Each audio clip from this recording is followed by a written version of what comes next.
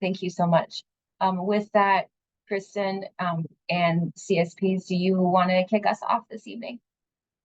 Sure, I will certainly get us started. My name is Kristen Klein. I am the CEO of the Center for Independence in Huron, and we are having this town hall this evening because you all received a letter from your agency with choice provider, one of the 5 of us, stating that we will all be needing to end our contract and co-employer agreements with the agency with choice program. Not going to go back through the whole letter, but just to refresh everybody's memory. Essentially there's new federal regulations that are surrounding part-time employees and employers that have a retirement plan, along with an increase in the cost of liability insurance that have prompted our agencies to make the difficult decision to end our agency with choice program. We have looked under every rock for a different solution and have not been able to find anything. So this is what we've each felt necessary with each agency. The Division of Developmental Disabilities is diligently searching for additional providers, and they'll be giving us some updates there. There is a option of Acumen, which is a common law option, and there'll be some more information there as well. So just with that, we'll just open it up to questions. Again, you'll have to unmute yourself to ask your question, and then please mute again so there's no feedback for the other people. Thanks. Kristen, thanks, Kristen. If I can interject, I'd like to speak on behalf of DHS as well for all of you who I have not had the opportunity to meet. My name is Joey Uni. I'm the director of the Division of Developmental Disabilities with the South Dakota Department of Human Services. I know that Kristen shared a little bit about why we're here tonight. I just want to help a little bit level set. And so we're here to talk about some changes coming to the Family Support 360 waiver. This is a Medicaid waiver that allows for self-direction. That means that an individual can choose who to hire to provide their services. So there are certain models that are used by states to support the implementation of self-direction. One of those models is what we refer to as agency with choice. This model is when the participant serves as the co-employer, while the agency with choice provider, in this instance, the 5 community support providers, are considered the employer of record. So there are essentially 4 self-directed services. Those include personal care, companion care, respite care, and supported employment. So right now, the Department of Human Services contracts with 5 agency with choice providers to provide this service. This service is separate and distinct from the overall family support contracts and the overall family support Medicaid waiver. And so, as Kristen indicated, if you are a person who uses this particular model of self-direction, you would have received a letter from your employer of record. And also, as Kristen indicated, this is based off of some federal changes regarding employment law. It is essentially the Employee Retirement Income Security Act, and more specifically, the Secure Act 2.0. And I know that there was details around that in your letters. I also wanted to take some time to just reassure you that DHS is working collaboratively with these 5 community support providers who currently provide this agency with choice service. We are working very hard to ensure that any disruptions to services are minimized, and also ensuring that there is a seamless transition. We're going to talk a little bit about what that looks like, but also wanted to just reiterate to you all that we are committed to remaining and maintaining open communication with all individuals. And we, as part of that, we will be sharing information on a regular basis. So starting next week, we will be meeting with coordinators to provide updates. Those updates will then be shared with families. As we have significant updates, we are also going to host additional town halls, such as this conversation. With that, I will pause for any questions. I see, Lori, your hand is up. I have a companion care provider for my daughter, and I know in there it said a max of 500 hours, which equates to about 9 point something hours a week. Can that be more if it's only used in the summer? Or is it 9 a week max? Or can it still be 20, but just not go over the 500 hours? It's a good question, Lori. I would look to any one of the CSPs on the line to help answer that. This is Kristen. The actual federal rule is 500 hours a year. So from January 1 to December 31st, a person cannot work more than 500 hours in that year for 2 consecutive years is what the rule states. Okay, so, well, then that doesn't make too much of a big difference on my end. That's awesome. Thank you. Thank you. And then it looks like Carrie, your hand is also up. Yes, thank you, Joey, for calling on me, and thank you for hosting this to everyone that's participating here. It seems like this issue has been out there for a while, and unfortunately, this conclusion is probably not what us families would desire. I appreciate the communication, but I don't assume that will change the outcome of these organizations ceasing to support this agency of choice. That said, are us families left to either acumen or something that has yet to be fulfilled? And I'm looking for the potentially what could be fulfilled. What else are y'all working on? Because it's kind of clear if they're winding down, they're winding down. We better find some other solution. And if acumen's not a fit, what other option do we have? And I'd have to imagine other states are faced with this. Are we collaborating with other states for creative solutions? Can take Thanks. that one, Joey. Oh, thank you. Thanks, Carrie. Those are really excellent questions. So DHS is exploring vendors both within South Dakota. There are other home and community-based waivers that offer self-directed services in South Dakota. And so we are, following up with the agency with choice vendors, equivalent to agency with choice providers under those waivers. We also are doing research outside of South Dakota and collaborating with other states to see what models they use and providers that they contract with as well. Does that answer your question? I guess, do you have an ETA and when you might have any updates on that? And is that something that has been in the mix? Because this situation's been around for about what, 2 years? And I'm just curious, is this new ground being tread or is this old ground being revisited with looking at these other providers? So we got notice from the agency with choice providers just within the last couple months, probably, that they intended to end their contracts with DHS. And so this is somewhat new, but we have tread some of this ground before with the reduction in hours that happened a couple years ago. So we had done some research at that point, and we're ready to act in a certain way.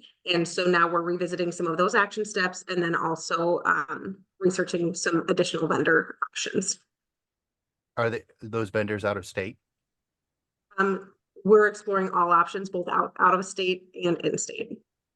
And we don't have an ETA, but we will be doing some communication, like weekly communication with family support coordinators starting next week. Joey, is there anything you want to add to that? No, I think that was good, Julie. Carrie, did that help answer your question? No, it was fairly ambiguous. I mean, I understand we've been reduced from hours 2 years ago, and it's like we've had 2 years to try and solve this. The question is, do we have any new potential solutions? And if we're still exploring that, should we anticipate the worst given where we're at today? That's a great continuation or further dive into that. So I would say we are exploring and we do have potential vendors to help us solve this issue. One additional question that we faced is, well, how will this not happen again? And so as a way to reassure families, again, trying our best to limit disruptions and working with vendors who do this in other states, this exact model of self-direction, and even vendors that do this exact model of self-direction in South Dakota. Our goal would be that this would be the fix for this issue so that it wouldn't continue to kind of creep up. And as Julie said, so we'll be doing weekly meetings. And then as soon as we have significant updates, so to your question, a vendor identified, we will be hosting additional town hall meetings so that families know real time updates on what is happening.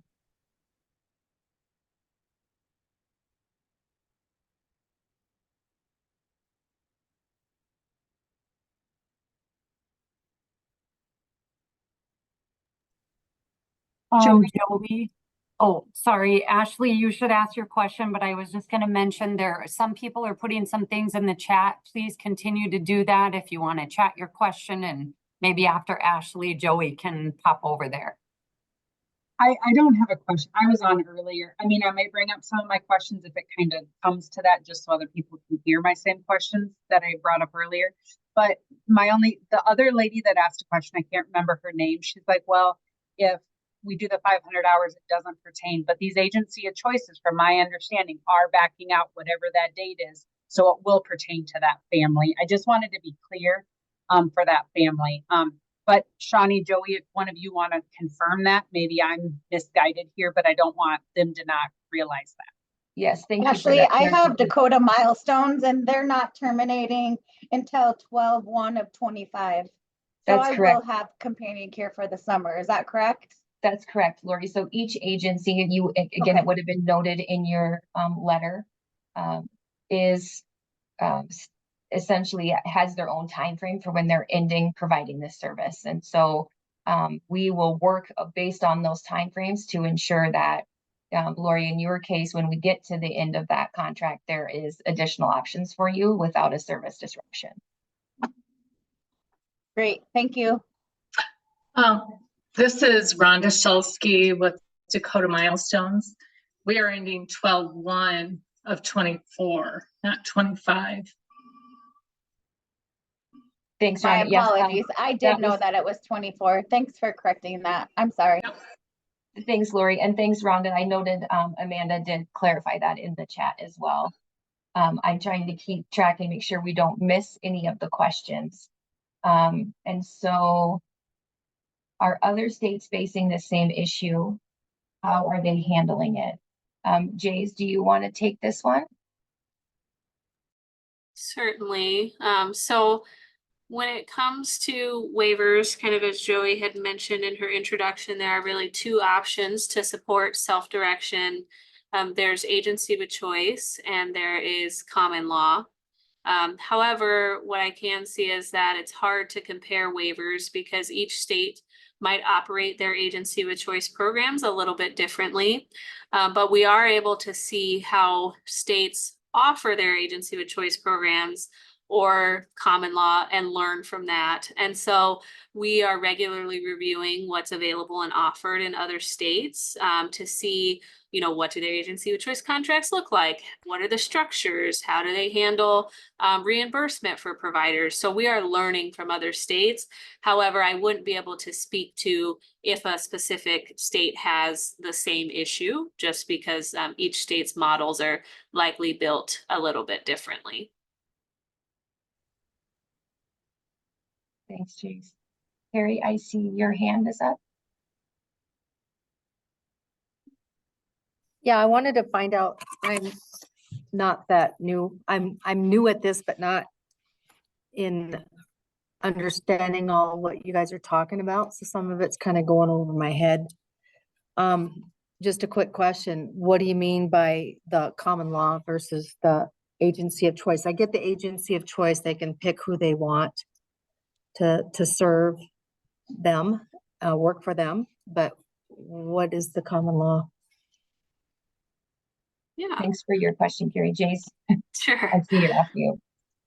So common law and agency with choice, again, are both models that support self-direction, which allows individuals to hire a family member, a neighbor, a friend to provide their care. And so the primary difference between agency with choice and common law is who is the employer of record. So in the agency with choice model, it's a co-employer agreement, but one of the 5 contracted agencies becomes the employer of record.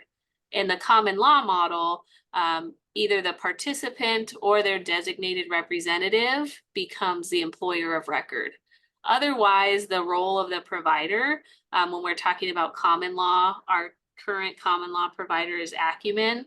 It looks very similar. So they help with payroll processing, they get somebody hired, they handle tax paperwork. But in that common law model, the main difference is who is the employer of record. And in that case, again, it's either the participant or their designated representative. Does that answer your question about the differences? Yeah.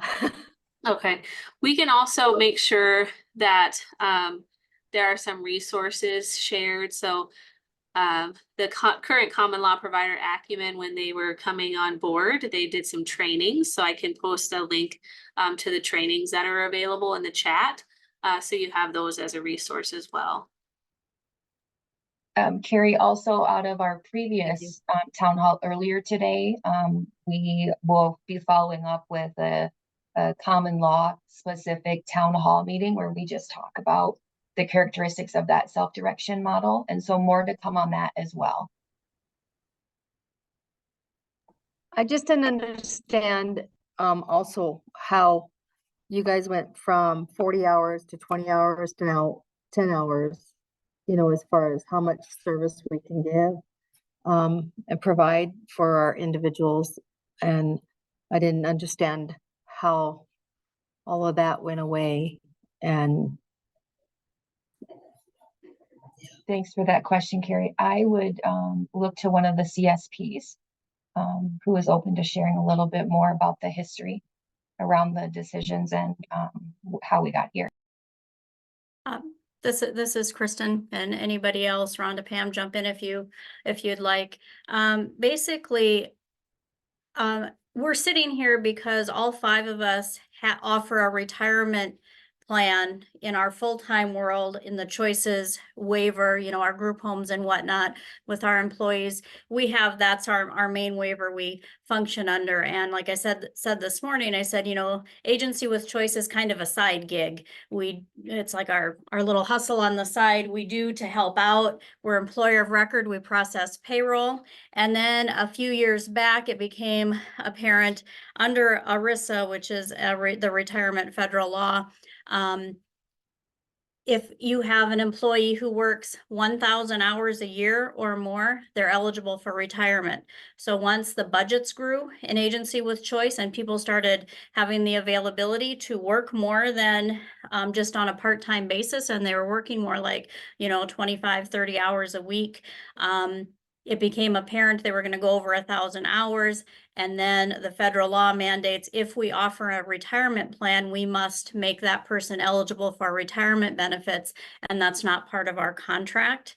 And now in 2021, I believe Secure 1.0 started, and that affected 401k plans, and Secure 2.0 came out, and that affects 403b plans. And that's where the 500 hours for 2 consecutive years comes into play.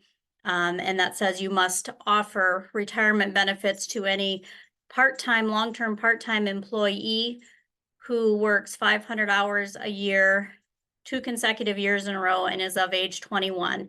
They make it pretty complicated. And, you know, it takes a while for the government to come out with their final regulations, and that's happened you know, over this past year. So we, like when I said, we've been working to see if there's any other solution. We really have in the background really been running down everything through legal to see if there's any way around this 500-hour rule that's coming. And there is nothing. It's if you offer a retirement plan, if you're an employer that offers that, part-time employees are going to be eligible. So this doesn't just impact, for me, the agency with choice program, it impacts the people I support that work. We have a crew that cleans the federal building. They are also limited to less than 500 hours because a retirement account would go toward their benefits, limit the resource limits.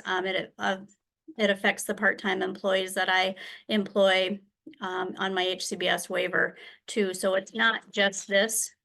And if we didn't have a retirement account, we wouldn't be sitting here, but we we're a large employer that offers a retirement program for our employees. If that makes sense. Thank you. Thank you both. Beverly, I think your hand has been up for a bit. Hi, yes. I hope that this question isn't super confusing, but if I'm understanding correctly, it says if these changes are because of federal changes in federal regulations, then there's no separation or distinction in programs that agency of choice, how it could affect other programs. Does that make sense? Let me see if I can reframe it back and you let me know if I got it or not.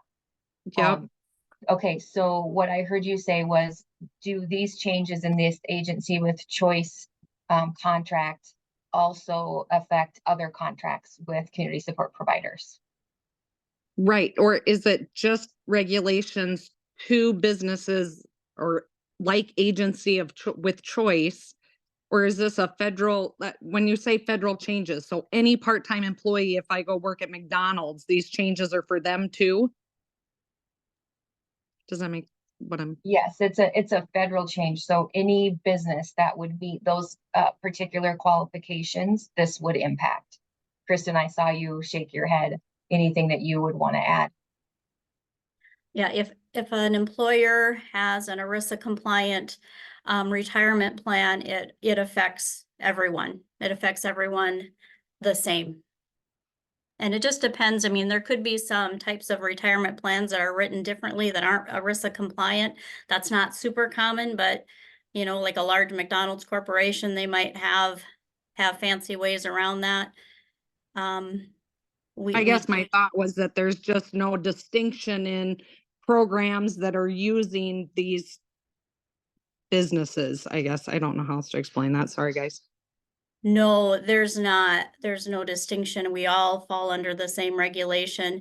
But if we did not offer, like I said, the workaround, if we did not offer a retirement plan, we would not be, I wouldn't be sitting on this call with you, but I have a retirement plan and that's the problem. Beverly, does that help answer your question? Yes, thank you. Thank you. We'll take Tara, your question, and then we'll get Carrie after that.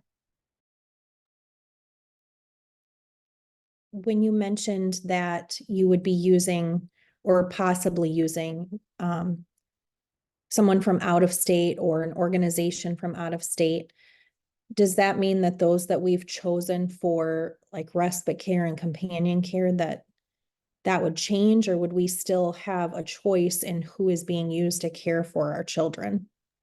That's a good question. And so to clarify, your ability to choose is what essentially makes this model self-direction. So that wouldn't change. However, moving to a new vendor might mean that your employees, the people that you've identified to help provide the service, would have to go through employment paperwork and that type of thing, but you would still have the ability to select.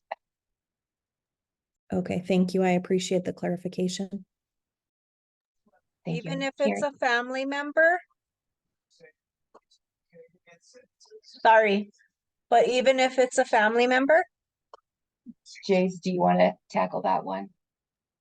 Sure, yeah. So if we're just asking about if we were to bring in a new agency with choice vendor, then yes, family members are still able to provide care. That's kind of one of the key components of self-direction, is being able to choose who you hire.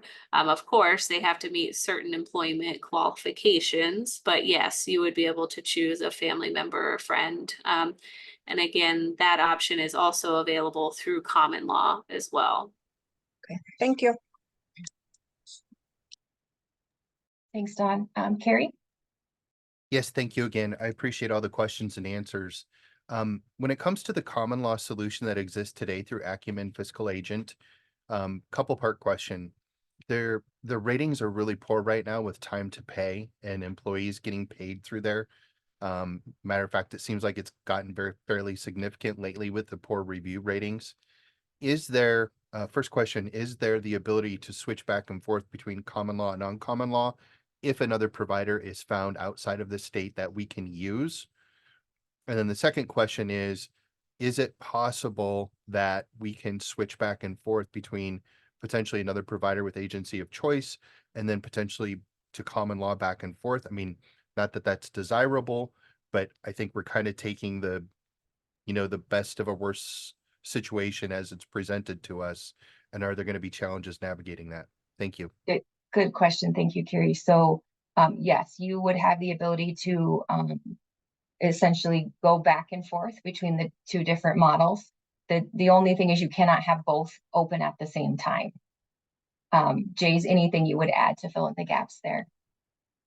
Yeah, that's just that I would clarify that, yes, we would continue to support someone being able to choose between common law or agency with choice, but understanding that each time you switch, you're going through the enrollment process and that you can't have both at the same time. So only one option is allowable at a time.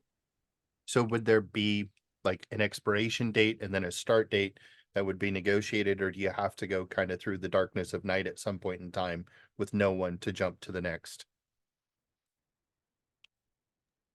So are you asking, Carrie, I want to make sure that I understood your question correctly. Can you go between those two services without disruption? Yes, thank you. Yes, you would work with your coordinator to ensure that those start and stop times would essentially be aligned so that there would not be disruption. Thank you. Then the other part to that question is, are you looking at any other fiscal agents for common law besides Acumen? Yes, Jays, I see you're off mute, but yes, we are as well. Yeah, Thank I you. was just gonna add that currently our work with Acumen is the first time that, obviously many are aware, that's the first time that South Dakota and the Family Support Waiver has offered common law. And so we've been working closely with Acumen just to kind of monitor what you would say supply and demand, but there's certainly potential for a need for additional financial management providers such as Acumen to continue common law.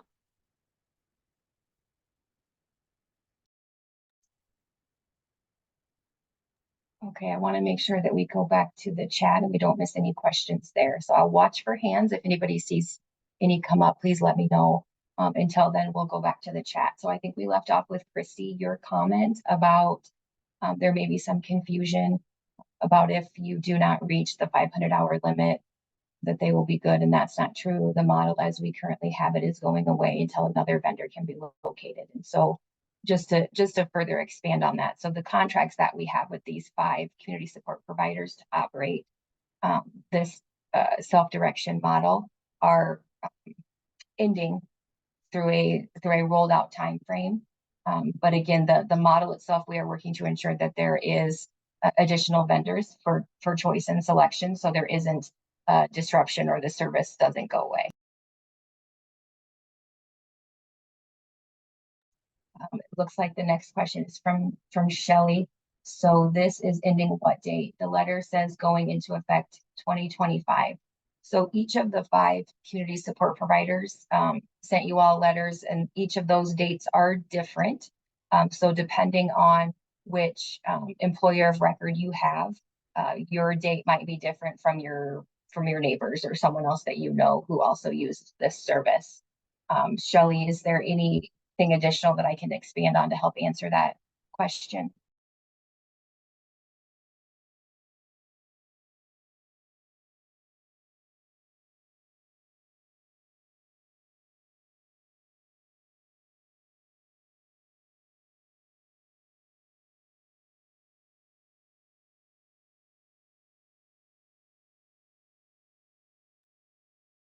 Joey, there are a couple hands up, just so you are aware.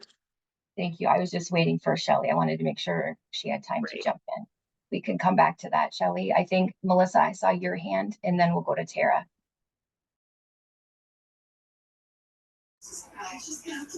Yes, I had a few questions here. If this is a federal mandate, are outside vendors not also going to have to provide the retirement for providers? That's one question. And My daughter has LifeQuest. What is the difference between my daughter and other LifeQuest clients?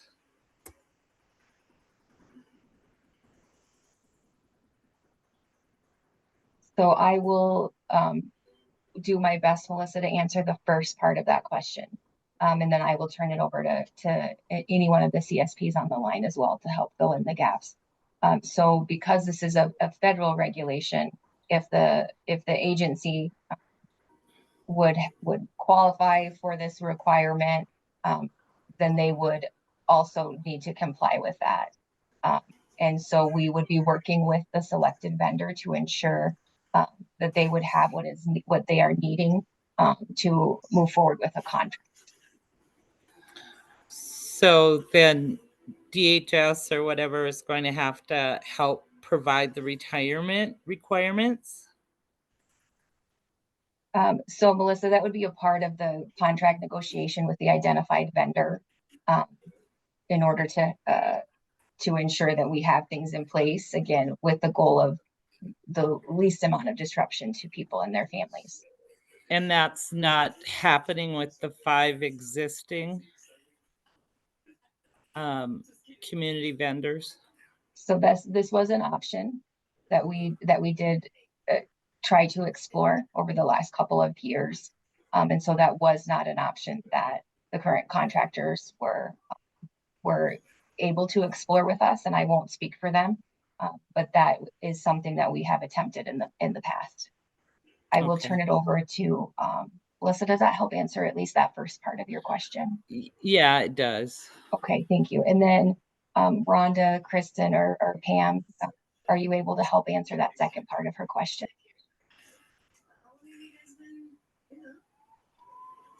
If that second part, if I understood, what's the difference between your child that receives services through Family Support 360 has an agency with choice provider and somebody who's on the home and community-based waiver? Is that?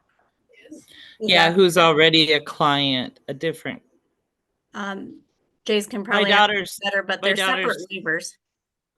My daughter's 35 and lives at home. Yeah. Not unable to live in a group home or by herself.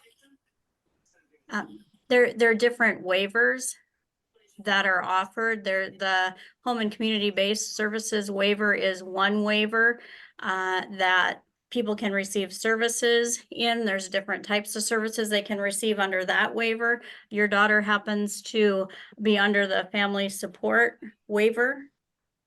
And Correct. the agency with choice is linked to that waiver to provide companion care, respite care, that sort of thing through that waiver.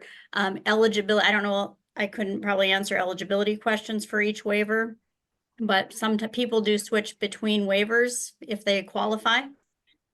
Okay. So that's an option. Yeah, do you feel like your question was answered or? Yeah, fairly. Okay, both the choices waiver and the family support 360 waiver in general, they serve the same eligibility group. So essentially if someone's eligible for choices, they are eligible for family support 360 and vice versa. It's just the services that are offered between the two waivers vary and are different. And so family support allows for self-direction like we're talking about today. That's not an option in the choices waiver, but we'd be happy to kind of talk through both of those options. If you're curious about the choices waiver, I can put our Dakota at Home contact information in, or you could discuss that more with your family support coordinator as well. Sure, thank you. Thank you, Melissa. I think Tara, and then we'll go to Carrie. Thank you. So we received a letter from Volunteers of America. That's who takes care of ours. And it says that it will be discontinued no later than December 31st, 2024. So do we have more of an idea of exactly when? Because I mean, there's a lot of time in between there. That's a great question. And I don't know if anyone is on the line from Volunteers of America, but I can speak from the conversations that we've had with each of the CSPs. And to my understanding, Volunteers of America has indicated to the Department of Human Services that they would keep their contract in place until that time, Tara. So until December 30th, 2024. Okay, thank you. And Joey, if I can add a comment and you clarify I'm wrong. Tara, what I was thinking too is, if we can transition people or the department has vendors in place before then, our goal would be to transfer people and not wait until December 31st. So I think that's why they worded it that way as well, that they'll hang on that long, but hopefully we can transition people before the last hour. Is that fair, Thanks, Joey? Shawnee. Yeah, thank you. That's a good point. And again, with the goal being limited disruption. So to Shawnee's point, if we identify a vendor that you're interested in switching to, Tara, you could do that prior to that time frame of December 30th. Just made me nervous because when it says no later than, and then what if they're like, well, we decided we're going to move that up to March, and it's like, oh, okay. So just wanted to clarify. I appreciate it. Thank you. Thank you. And then Carrie, and then we'll go to Josh. Thank you again. I promise I'm not an only child, just very passionate about this topic. So thank you for all being available again. And I would say to that end, you know, we discussed, I think, with several folks a couple years back about using a PEO or any other service and getting kind of creative. I never did hear anything back on that. But for folks that are willing to volunteer, you know, their time, I would certainly raise my hand if there's, how does one help you all with these things? Because I know there's a lot going on here. And, you know, if there's an ability for folks to participate, I would love to, you know, even including if there's an investment in attorney's fees or whatever it may be. I mean, nothing's necessarily off the table, but would love to just extend that to see if there's something creative we can't do as well. Thank you so much for that comment. And I would say, heck yes, we would love to partner with you and anyone else who is interested in helping us navigate through this. Because you're right, there is a lot happening in the DD system right now. And so we want to make sure that, again, limited disruption. I would take any and all feedback on ways that we could partner. You know, we've got some ideas around regular and weekly communication with coordinators, providing additional town halls. But if there is an opportunity, I know my team doesn't really love when I say a work group, but if there's even an opportunity for something like that, Carrie, I'm hearing that you say that you're willing and open to joining us. And so if there's anyone else, please let us know. We would welcome more hands in the work. Yeah, totally. And not to slow you down, but if there's like research or something that we can help with outreach, I mean, I saw a lot of heads nodding at that. I mean, we're not expecting you all to solve this. I mean, there's a lot of work to be done here. So hopefully there's more people willing to throw their hat in the ring on that. Thank you again for the mic time. Thank you. I appreciate that. And then it looks like Josh. Yeah. Hi. I've been on with Center for Independence twice with two different companion care providers. And I just want to let you guys know that I was informed by my family sport coordinator that Huron for Center for Independence would expire in May of 2025. She told me that it was the longest agency that would expire. So with that being said, once that time ends, I would have to notify my companion care provider about switching to a different agency. Now, has there been any other companion care providers and their participants working with that agency as well? Thanks for your question, Josh. I'm going to speak back to you what I think I heard, so you tell me if I got it or not. So you're wondering about working with the providers, meaning the companion care providers and the community support providers who are the employer of record right now through this transition. Is that correct? Yes. Yes. So I would ask across all participants, how are you communicating right now with the updates that are happening? Is any communication coming out? Are you choosing to tackle this based off when the contract's ending? Is that what you're asking, Josh? Yeah, pretty much. Sorry, I Okay. didn't reword my question right, so. I just want to make sure that I heard you correctly. So anybody Yeah. else want to jump in? How are you communicating the change to your service provider?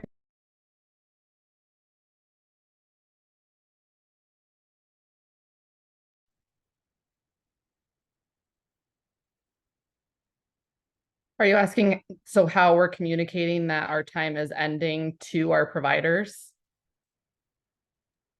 Yes, Ariel, I think that is the question. So they would have received a letter as well, correct, Kristen and Rhonda and Pam, from the provider as well as the person who had selected them to be their independent provider. So I think what Josh is asking, and Josh, correct me if I'm wrong, is what kind of conversations are people having right now around this issue? I know for us personally, it was really difficult because our service provider was actually notified prior to me getting to talk to her, which was a really big problem. She was really confused about what was happening. And so that was really tough. And so I tried to explain it in very basic terms, that our time was just going to have to come to an end because of everything that was happening. But I was definitely frustrated by the timeline and how it happened because she found out not from me.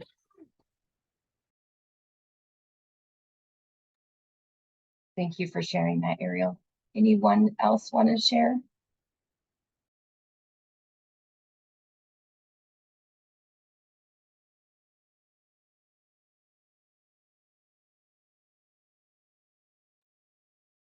I can kind of share. So my son also uses the program, and I'm a family support coordinator, and it's tough because when you kind of talk about, you might have to apply for different agencies as things come up. It's just hard because they might have to, let's say we look at Acumen, but that personally, I don't know if that's the best choice for myself because there is this power of attorney over my financial if I was the one to be my son's person of record. They get my power of attorney over my tax stuff, and that just is concerning to me. And I see Carrie, you must know this already. But so it's just hard because we don't know. I don't know if that's really helping Josh, but they might just have to reapply at different agencies, and it might go back and forth between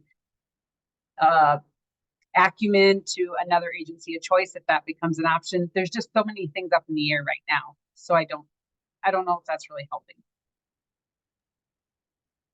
Thanks, Ashley. That pretty much answered my question, but it's kind of a bump in the road for my companion care provider, Tanya and I, but we'll try to figure it out in the future. Thanks. Thanks, Josh, and also thank you, Ashley. One thing that I would say is, you know, we're hosting these town hall meetings in an effort to have that communication that can be shared with providers. This is a change. It is obviously going to invoke some concerns and fears, right? And so one thing that I would say in talking with your providers is reassuring them that the department's doing everything that we can to limit that disruption.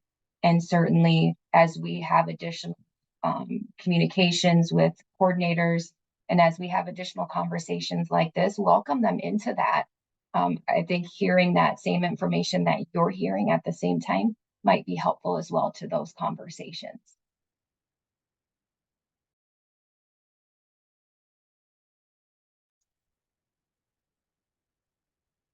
Okay, looking for hands up. I'm not seeing any right now. So somebody let me know if there's a question with the hand up. Otherwise, I know that the chat's been busy, so I want to make sure that we do our best to get those comments and questions addressed.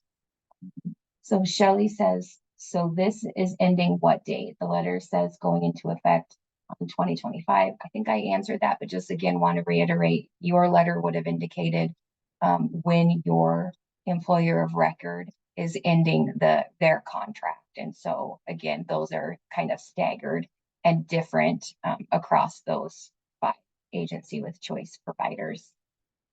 So Shelley, hopefully that answers your question. And then moving on to Karen, what is the worst case scenario? We are in the care program. Will this program come to an end? So I would say again, I'm not trying to be a broken record, but we are really doing everything that we can to limit disruption. And so Karen, working with your coordinator to ensure that you have the most up-to-date information so you can make real-time decisions based off of those changes in order to ensure that the service does not end. Does that help answer your question, Karen?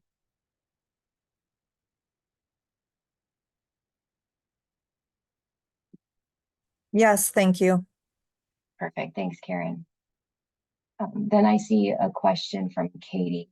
Can you provide names of specific vendors you are exploring or communicating with? That is a great question. And we can't at this point, but we are committed to passing along those updates as soon as we have them. And that would be, you probably heard me say before, when there's significant updates, we will be hosting another town hall. That would be one of those significant updates, Katie. Does that help answer your question? Yes, it did. Can you provide like what are those organizations typically called or categorized as? So like the home health service services or Oh, I see. Okay. So like I if would I was say gonna Google, what search term would I use? financial management service is Okay, what thank I you. would use. Yeah, of course. Jays, would you add anything there? Yeah, no, I was just gonna say they're typically financial management services providers, or if you Googled agency with choice, you would potentially find vendors in other states as well. Thank you. And then Amanda, your comment is just reiterating Dakota Milestones is ending on 12/1 of 24. And then looking onto Caden's comment, my son's contract ends in June of this year. What will happen with him? So Caden, you'll work with your family support coordinator to ensure that, again, you have the most up-to-date information on the changes, selected vendor, and what those choices are to ensure that when that contract ends, we must be with LifeQuest, that you have options, and again, to reduce any disruption in that service that your son currently has. Does that help answer your question, Caden?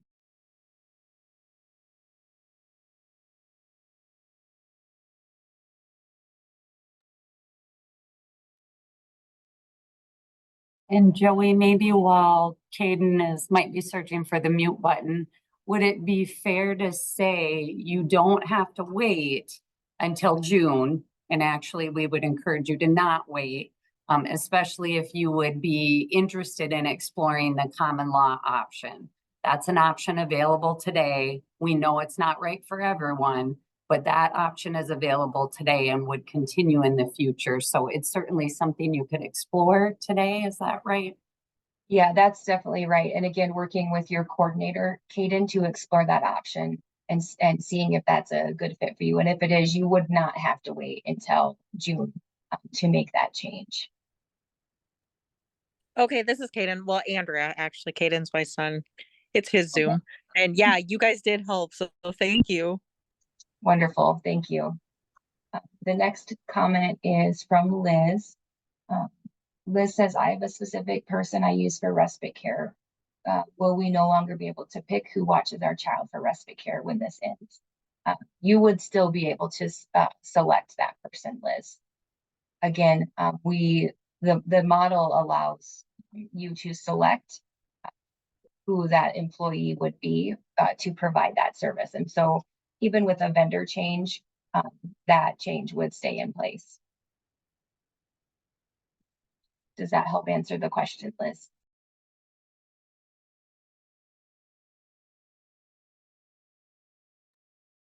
Yes, it does. Perfect, thank you.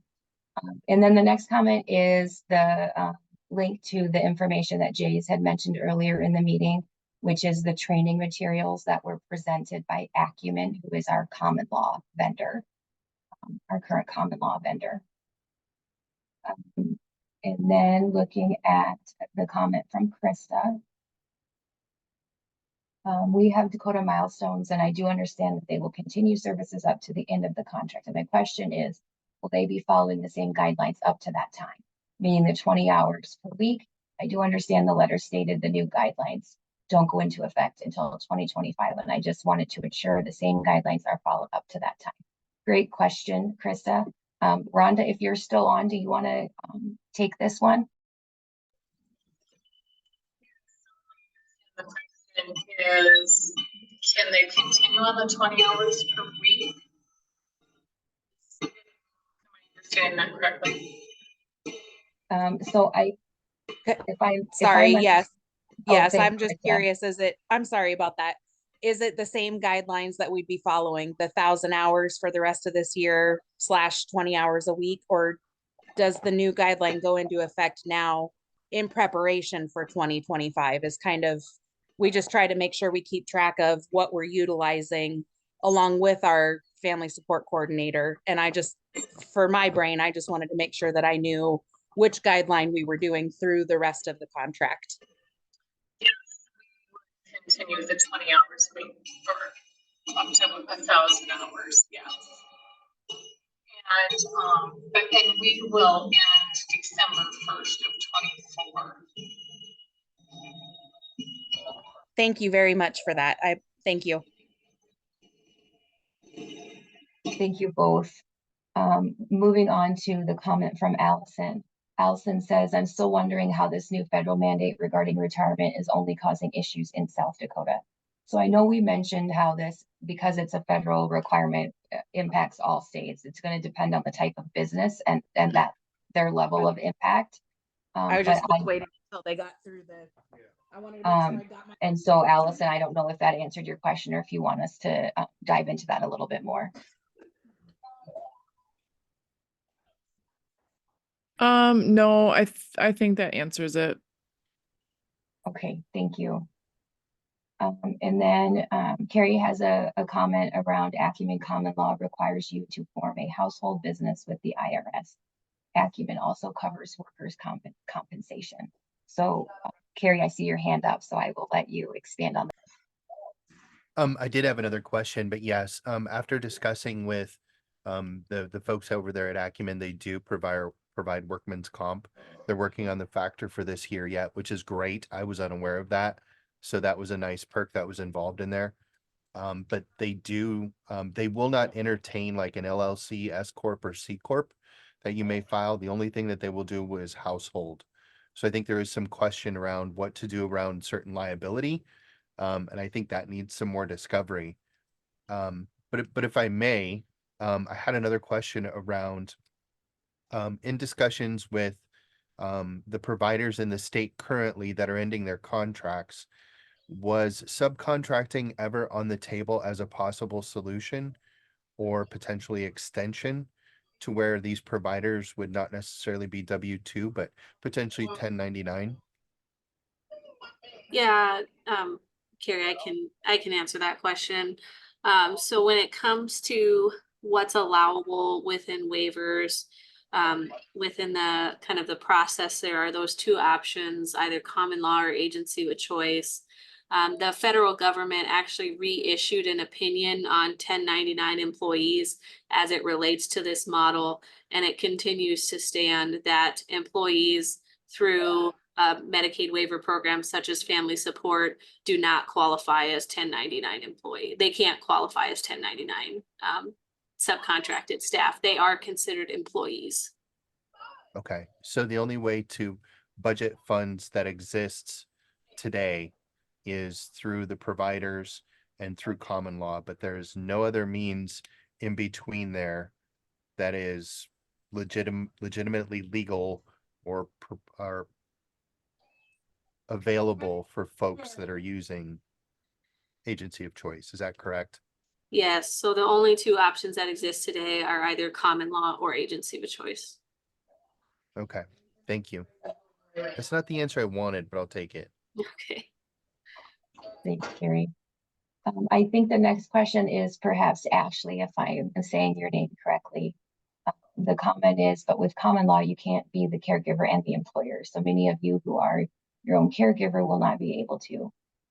Jays, do you want to talk a little bit about how that's structured? Yeah, certainly. So with common law, they're either the individual or their whoever their designated representative serves as the employer. So you are unable to be both the employer and the employee. And so a potential solution to that would be to designate a friend, a family member, maybe a sibling or a spouse to be the employer of record. And then that person would be able to hire you, but you are unable to be both the employee and the employer in the common law option. Does that clarify that? No. They talked about that both times, and I don't understand how people are doing that. I guess we need to ask and figure that out. Apparently we could. Krista, I think you're not on mute, or maybe you have a question. If you do, we're not hearing you. You put us back on mute, didn't you?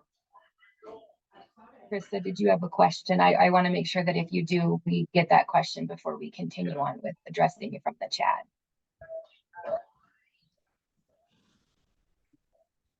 No, I apologize. I thought I hit mute and apparently I did not. So sorry about that. That's okay. We just wanted to make sure if you had a question that we had time to address. Thank you very much. Sorry about that. I'm watching the time, but I want to also just say, if you can hang on, we want to make sure that we get through all the questions. So we're trying to be timely and not ask for more of your time, but we also want to make sure that we get through the questions that you all have as well. So with that, Carrie, you did a great job answering the question that Brandy had, but I want to make sure, Brandy, anything additional that we can help answer, or do you feel like that question's been answered?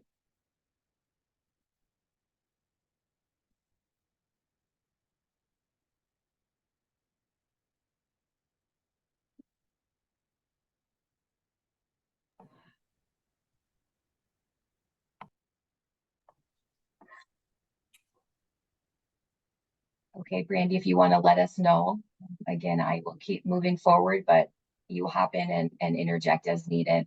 I just want to make sure that your question was answered.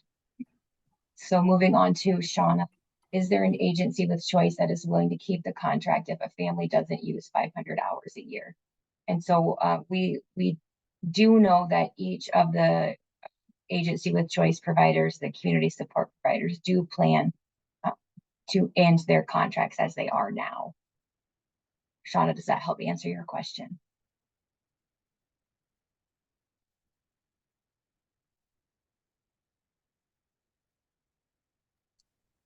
Yes, that answers my question. I just wasn't sure if there was talk about any of the agency with choices wanting to continue. I mean, I know it's really hard to watch the 20 hours and the 1,000 and the 500, like we've all talked about at many of our meetings. I just didn't know after the discussion with some families, since there is quite a few families that are under the 500 hours, if any agency had rethought about keeping their contract. Does that make sense? Yes, that does make sense. And so, again, I wouldn't want to answer for the providers, but if any of you on the line would want to jump in to help further address Shauna's question. You know, this is Kristen again. Sorry, I keep jumping in. You know, I think that's up to each agency, and I've thought about it at my agency, but you know, not to get too far in the weeds, the 1,000 hours doesn't go away with this new regulation. The 500 hours is just another layer. And what the 500 hours is, it's 2 year for me, for a 403B plan, it's 2 years in a row that you work more than 500 hours, then you're eligible. So we've had to start counting for 2 years now, and that's when you're eligible for retirement, January 1, 2025. So that's when that eligibility date or that but we're already counting. We've already had to start counting. And then there's an age 21 in there too. So 500 hours, 2 years in a row, and age 21, 1,000 hours, no matter what age, for 1 year. So that's just a lot to track. And it's hard to keep track of. And if there was a guarantee that people would not go over 500 hours, because, you know, we say the 1,000 hours, and before we take somebody new, we talk to them and say, this is what it is. We have them sign something, and we still have people who go over the 1,000 hours. So it's really hard to police, if that makes sense. I mean, it's hard. Oh, but yeah, that makes complete sense. I completely understand what you're saying. I just know specific, like I'm not only a family support coordinator, my son is also on family support. And I do also have a family on my caseload that uses maybe 15 hours a month of respite care. So I did talk with them after you had shared that you may have some openings to switch over, just to keep with the agency with choice, you know, because your contract's a little bit longer. They're going to do some thinking on that. But I have, like I said, a couple families that I know, just watching. I've worked with them now for almost 3 years, that have not used 500 hours a year.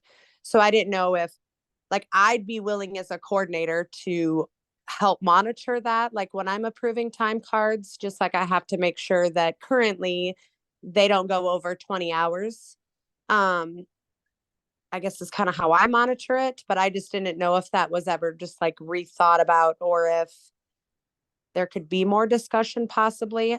I know some other families, you know, that wouldn't work for, just like acumen wouldn't work for some families. So just thought I'd ask. Thank you. So this is Pam at Life Plus. I'm sitting here with this team that has done family support agency of choice for a number of years. So we talked about this and then revisited several times, just as Kristen told you in the beginning. This wasn't something that we came up with just one day and said, yep, we're gonna make this decision.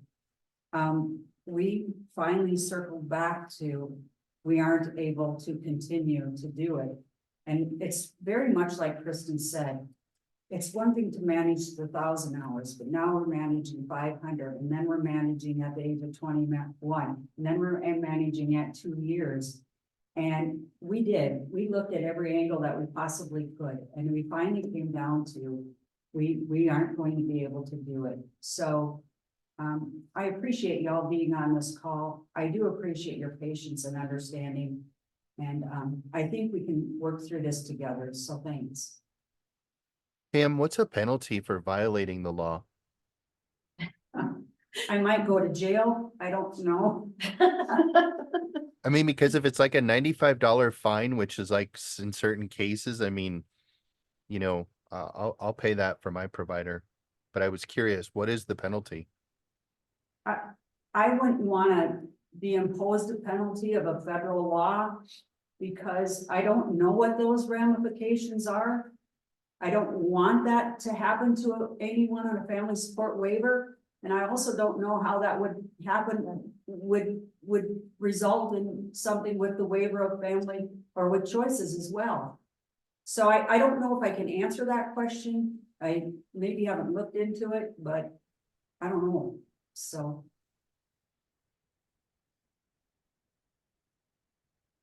Okay, thank you. Thanks, Pam. Thanks, Carrie. Woody says, what would be the downside of creating 3 to 4 businesses that process the paperwork that allows families to have more than 500 hours? So Woody, I want to make sure that I understand your question. So specifically, creating a business that would be the financial management service. Is that what you're asking?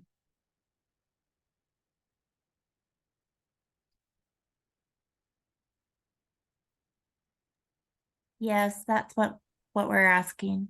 Okay. And so one of the things that the department is doing is exploring vendors who do this, and they do this in other states. And so part of that would be working with folks or a vendor who this is their area of expertise. So that is our goal as far as moving into other options for this service. Now, if you're wondering about you creating a business, I am not your person to help answer that. I don't know if there's anyone on the call who could, Woody, if that's what you're additionally asking. No, we were just looking at creative solutions that just seem to, based on the information that we're getting today, seem to make sense. Yes. Yeah. So, are you willing to work with us and Carrie to brainstorm and potentially work through? Carrie's giving you a thumbs up, so Yeah, we would do that. perfect. We're not going to do the legwork that Carrie suggested because I am expecting you to resolve it, but I would definitely participate. Well, I'm hearing that you're willing to continue to share feedback, and we will absolutely take that as well. Yes. Thank you. Thank you. And I know, Shelley, you must have been responding to my further clarification from earlier, and then Shelley's identifying that her letter from Lifescape shows that it is ending in December of 2024. I'm going to pause in the chat because I see that Ruth has a question. I just wondered, can you hear me? Since Lifescape is on the line, I'm just curious why the different dates? Like, when does this law take effect? And why is one business willing to go through the end of 2025? Because as far as I understood, it starts like January 1st, 2025, right? So why not let LifeQuest, why not go through the end of the year so that the time crunch just seems panicky almost, but it wouldn't necessarily need to be. Like, I feel like we could have a little more time. Thanks for your question, Ruth. I don't know, LifeQuest, if anybody, or I can't see if Pam is still in the room, can answer Ruth's question.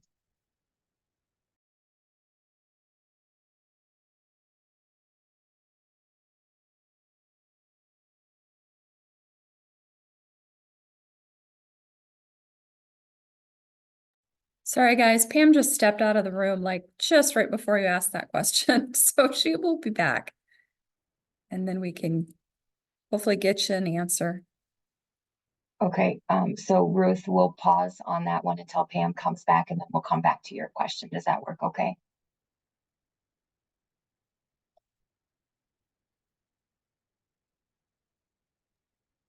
She gave a thumbs up. Okay, perfect. So Bridget shares something from this afternoon's meeting that was helpful for her, was to realize that South Dakota, using CSPs as the agency with choice, is an outlier compared to other states, that many other states are contracting with entities that aren't specifically developmental disability service providers.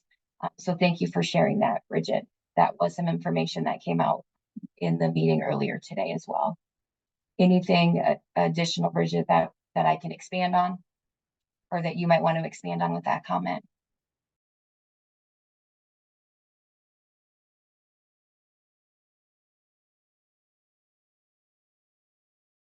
Okay, Bridget's testing my ability to scroll all the way to the bottom of the chat, but I saw it. Thank you, Bridget.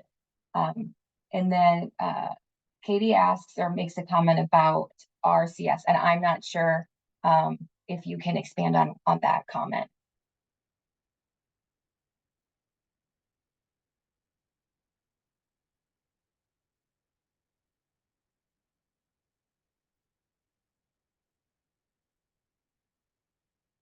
Okay, we will come back to that if Kate jumps on as well.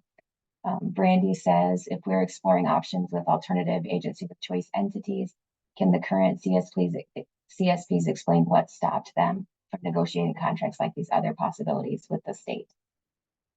So Kristen or Rhonda, and then I see Pam is back, so Ruth will come back to your question as well.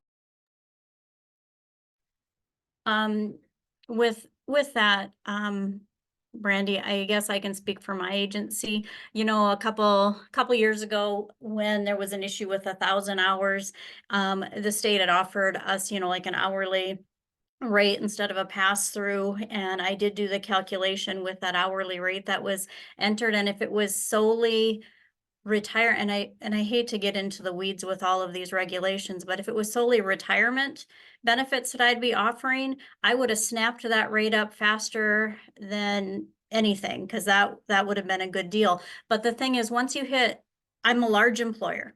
Okay, so I have more than 100 employees. So once I am a large employer, I'm also, I fall under health insurance mandates from the federal government, the Affordable Care Act. So now I have to offer health insurance for anybody who works 30 hours consistently a week. So in addition to the retirement, now I'm up there with health insurance too, and that rate was to cover all of that. We, as a nonprofit, we find things that make things affordable and keep rates low for our employees. So I have a self-funded health insurance plan, which that's pretty risky for me to try to offer this program for employees that I never meet and I never see. In the agency with choice, I have people all over the state that I've never seen their face. I don't know them. I don't know their situation, and to try to offer those kind of benefits. And I figured when I did the math, I could offer health insurance to 5 people on my agency with choice contract at that rate and stay in business. I get to that 6th person, and then I was losing money. And I don't have anywhere to take that money from to pay, if that makes sense.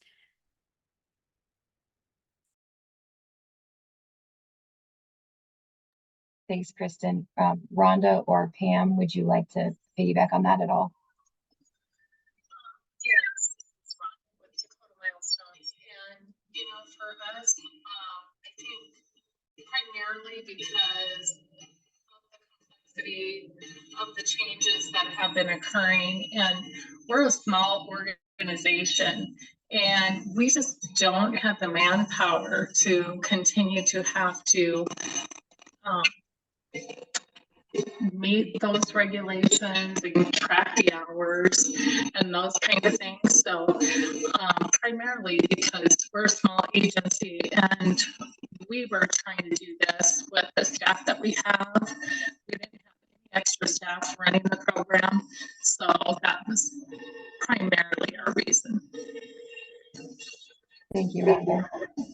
And then Pam, just so you know, there was a question where you had stepped out. I don't know if your team filled you in on that question, but it was one that was posed by Ruth as well. I'm not sure if you can tackle both of those.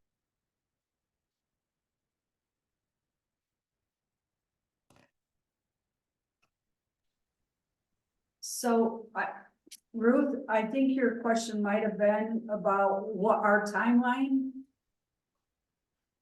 Okay. Yeah. Kate is giving me the, yep, that's what it was. Yep. That, when we got together and met, that was the best timeline that we could come up with as a team in which we can manage. I think the one thing that is different than the other agencies is our size. So some of the other agencies might be able to pull from, say another person in their business office or something like that to help them. We don't always have that flexibility to do that. So the timeline that we came up with was the best that we could do, and maybe even exceeded a little bit of what we thought. So that's where we settled on, is June 30th.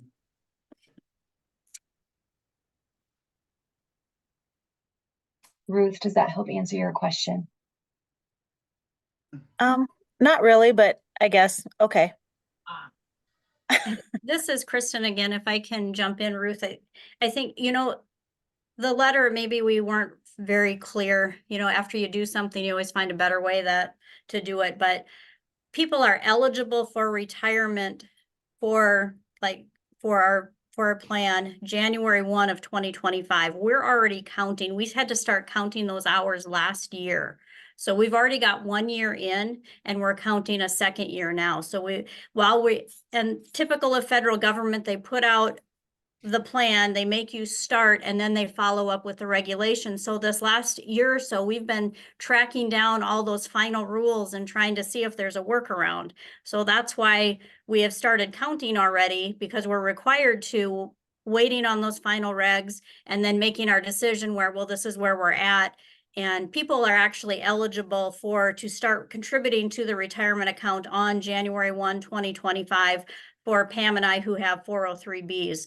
It's a little different for Rhonda. She has a 401k and she actually had some people become eligible already this January. So it's not that it's just effective January 1st. We've already been counting hours for people. Yeah, that does help. I understand. Thank you very much. Thank you all. Okay, so the next comment comes from Katie. And so Katie says, at an upcoming meeting, can you discuss which individuals may benefit from switching to the choices waiver? And so we can certainly ensure that that's part of our conversations when we're meeting with coordinators. And again, then your coordinator can talk through what's the best options for you based off your situation. So Katie, we will make a note to ensure that that is part of our ongoing communication as well. Does that sound agreeable? That sounds fantastic. Thank you. Of course. And then Diane shares that LifeQuest is terminating on June 30th. Do you foresee that you will have something in place by then? That is our goal. Diane, again, with the goal being limited disruption. And so we are working really hard to ensure that there are options for folks that are affected by the transition time from LifeQuest. So we will be communicating that as soon as we have more information, but that is our goal. Does that help answer your question? Yes, it does. And Joey, maybe just one comment I was thinking of, because I think this came up earlier today. Because as Pam said, LifeQuest is the biggest agency with choice program, and then their date is the soonest to, we're prioritizing people who will be impacted the soonest. So we're focusing on LifeQuest, and our goal is, as Joey has said over and over, we don't want to see your services interrupted if at all possible. We're going to do our best. But we are prioritizing the LifeQuest grouping and that date especially, but it's also the biggest group. So I don't know if that helps. Thanks, Johnny. Does that help, Diane?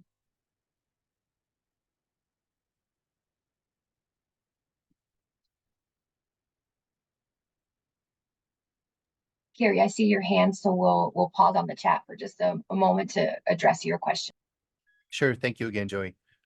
So to the providers, if you'd be willing to answer, and I understand if you don't, you won't be willing, is this a financial decision, meaning that if there were more money, would you continue?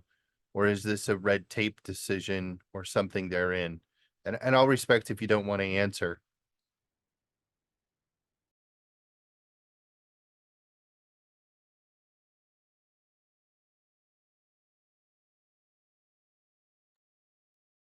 This is Kristen again.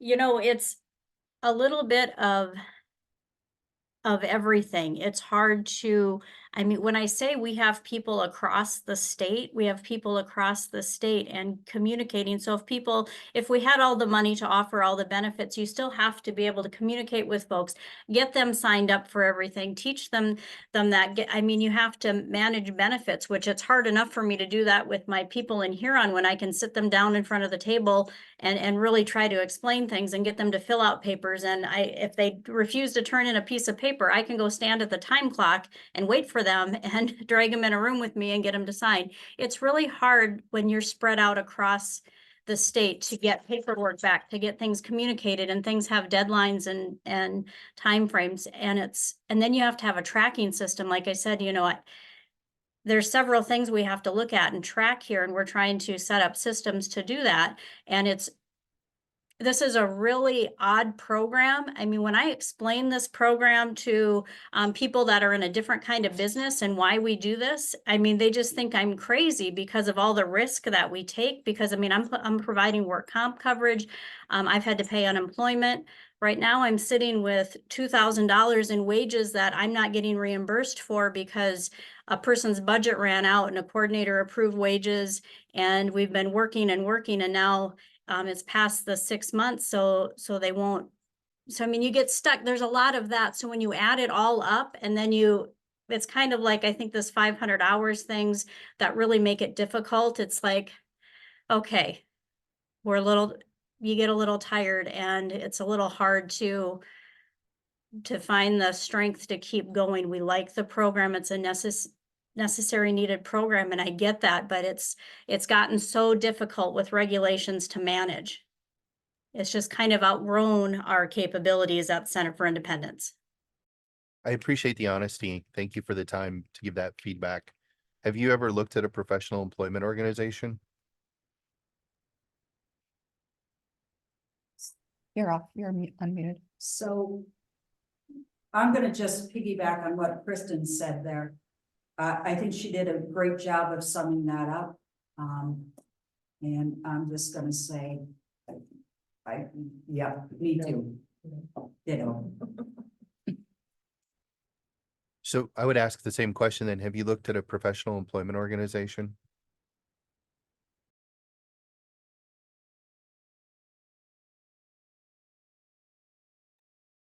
Are you asking that of us, Carrie, or that of? Yeah, the well, I did ask Kristen and I said I respect if she didn't want to answer. So now I'm asking you all, and I respect if you don't want to answer. But if you haven't, I would suggest looking into it because they care for exactly what you're talking about. I would say, those, and I appreciate that, Carrie, those things do cost money. And we try to be pretty frugal so we can spend our money toward benefits and wages and whatnot for people. So hiring those No. outside entities, whereas they're great. No, I get it. So that was my question initially. Is this money or is this red tape? And if it comes back to money, I think that's where everybody's case is different, but I would be willing to look at what could I do to help with that? And maybe that's one of the things we could look at with that budget to say, what could we potentially help care for within that, either out of our pockets or with that budget? And if that's an option that y'all would explore, I would entertain that too, because frankly, it's less heartache and heartburn than the alternative, right? So if it does come back down to money, that's a conversation that we should have, because I'd be willing to give up budget to care for that. So, and again, I may be the lone voice, but I understand how about running a business and how challenging it could be. And you do have to get creative, right? And sometimes you don't come to folks like us to say what would we be willing to give up. And I think there's something there that I frankly would. Others may not, but it's a discussion to have. Again, thank you. Thank you, Carrie.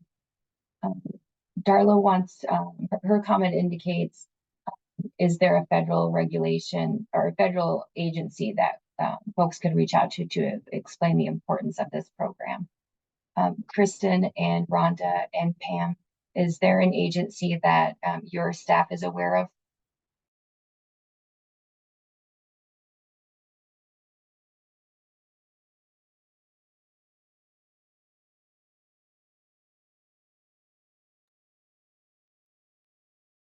I'll throw this out as, are we maybe referring to the IRS? That's what if this is an Internal Revenue Service regulation. I'm not sure, Darla, if that's what you're getting to, but I know that's where the Secure 2.0 and these requirements come from. Yes, so that's right, Shawnee. We went to our retirement plan companies, we went to our auditors, we went to our attorneys. We tried all of those avenues to try to figure out how to work around this. So I don't know that that's providing you the answer for your question, if there's a federal regulation government that you can reach out to or not, but that's who we reached out to. Talk to your senators, talk to your legislators and see what they can do. If they can take it up. That would need to be at a federal level and not a state, because it's a federal mandate.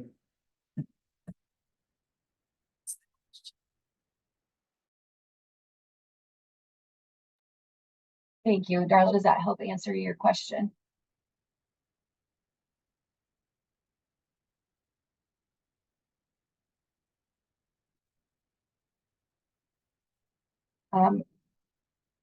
Darla, we'll come back to you if that does not help answer your question.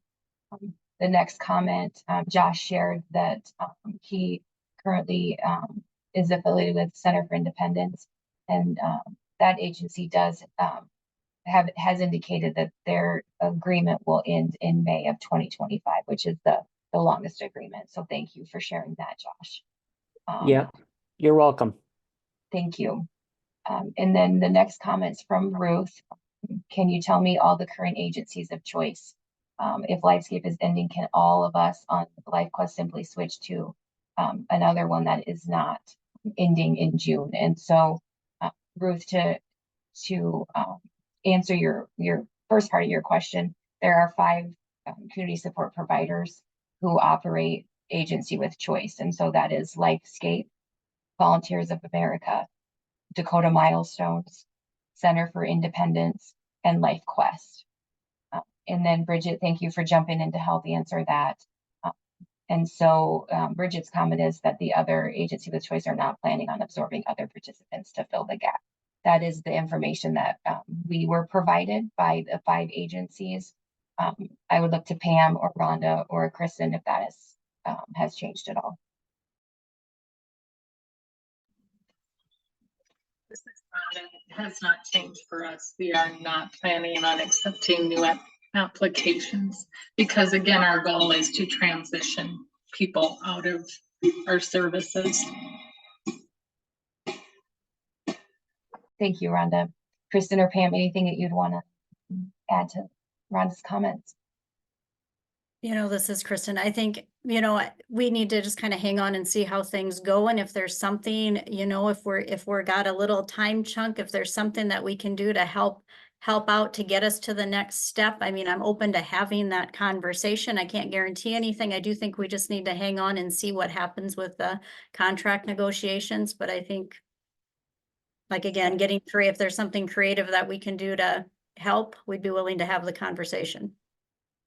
I think if I'm reading the question is, if once LifeQuest ends, can everybody from LifeQuest run over to another agency?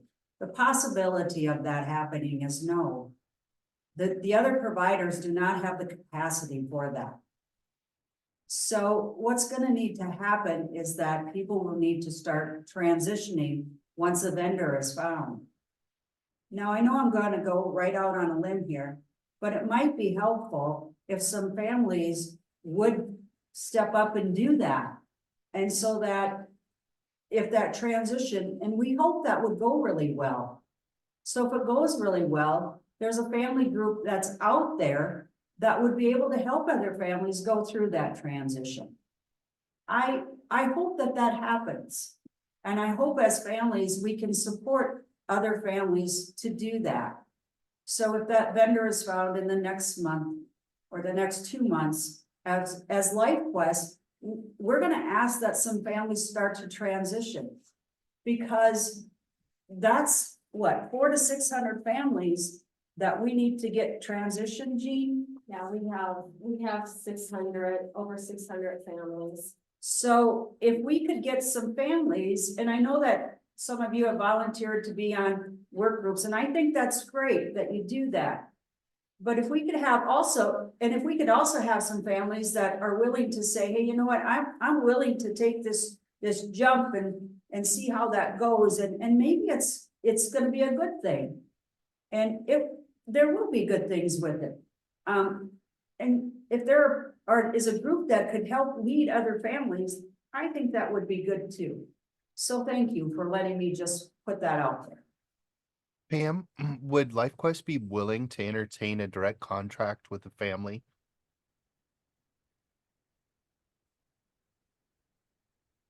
I don't know if I can answer that right now, Carrie. I guess I hadn't really thought about that. Okay, thank you. Yep. Thank you all. Very good discussion. Looking at the comments in the chat, Kristen shares, so who do I call or reach out to after LifeQuest ends? So Kristen, what I would say is communicating with your family support coordinator to ensure that you are reviewing all of your options ahead of, if you are with LifeQuest, ahead of that agreement, that contract ending in June. So again, we are working to ensure that coordinators have real-time information and that they are giving that information to families to help make decisions based off of those situations. Does that help answer your question? Yes, Joey, it did. Thank you very much. the one thing that I would add that we tried to highlight this morning, and again, we acknowledge that common law, that people have questions and you might not feel comfortable moving to that option, but we do want to be super clear that that option is available for people now, should you make that choice to transition today, and that you can work with your family support coordinator on the process to start that. So want to be super clear, and again, just reiterate that common law is an option that's available now for people to pursue if you are comfortable with that and you feel like it's the right fit for you and your family. Perfect. Thank you, because I did forget about that. Thank you both for adding that additional information. Heidi, also thank you to you for your comment in the chat.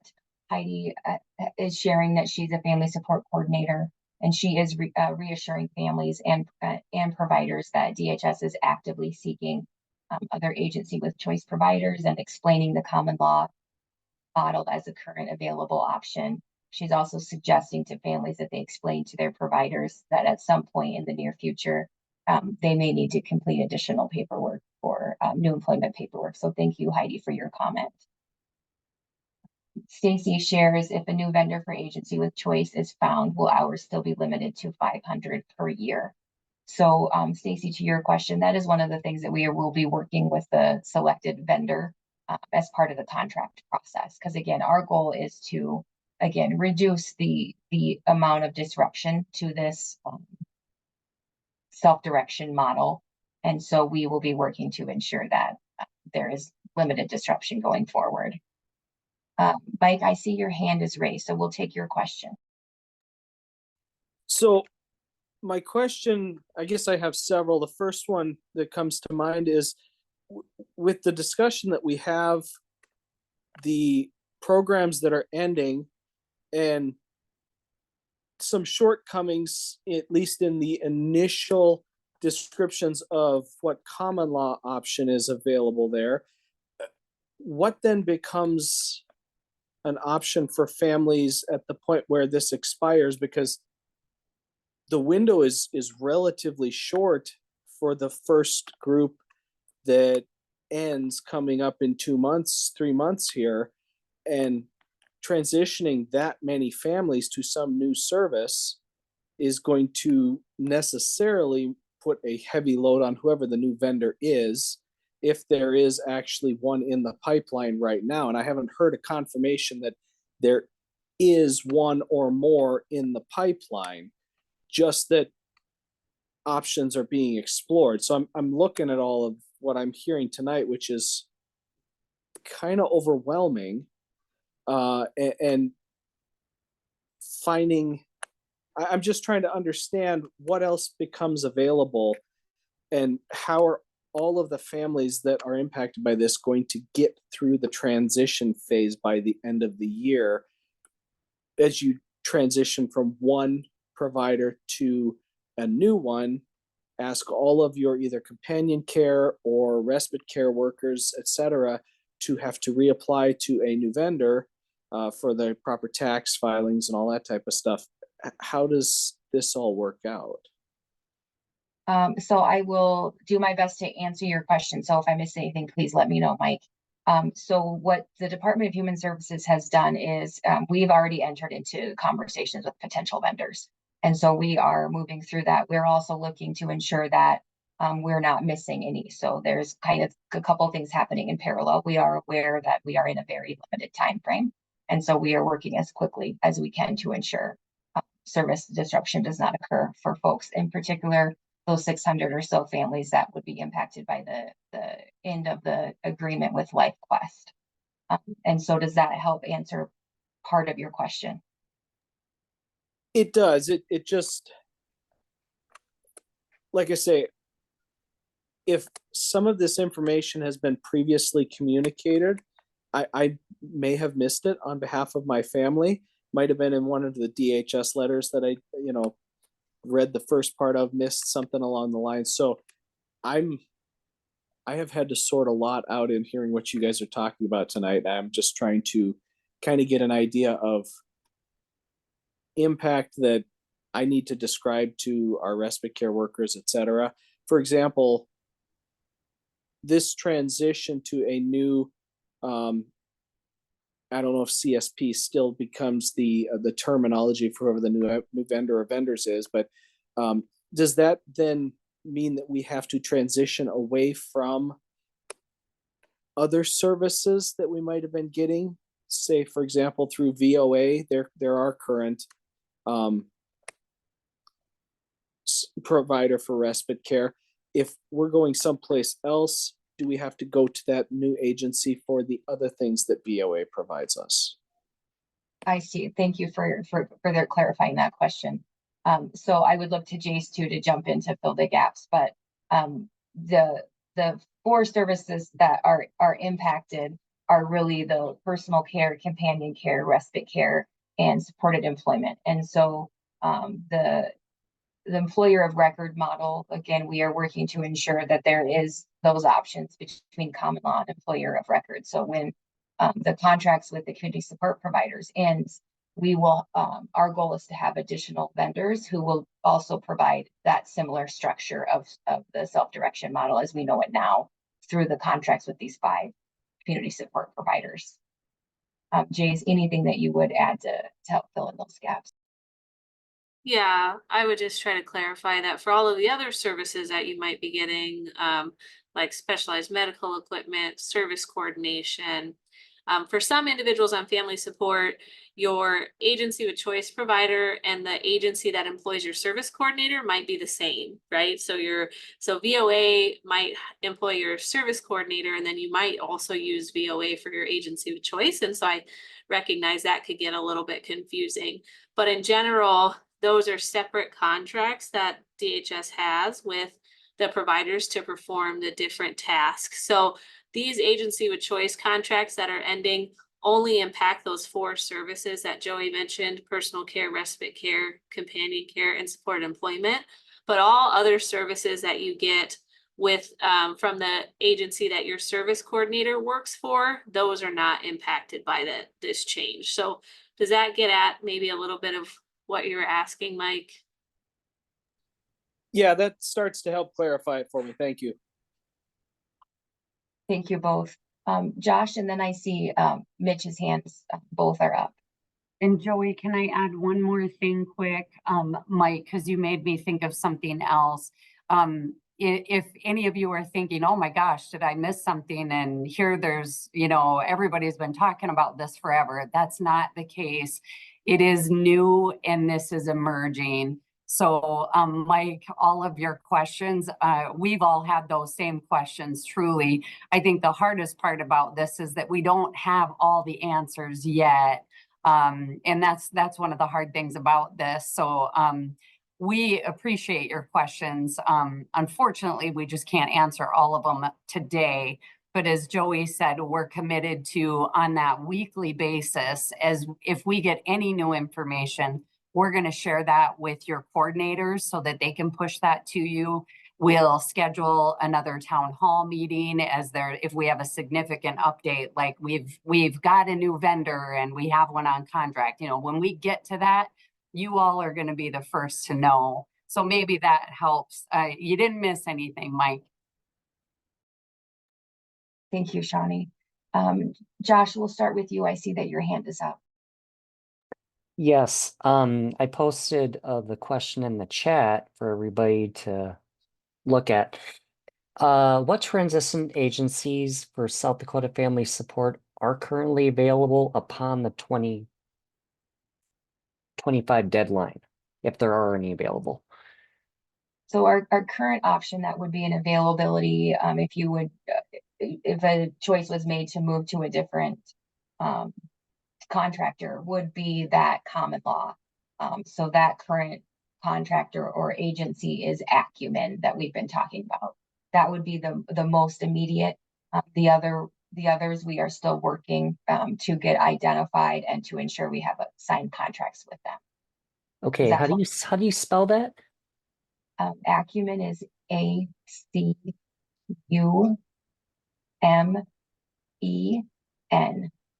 ACUMEN is the current agency that's available. Yep, and they offer a different type of self-direction. So they offer what's called common law versus what these 5 community support providers offer, which is basically an employer of record. So they are slightly different, but that would be an option if a decision wanted to be made immediately and that was a good fit.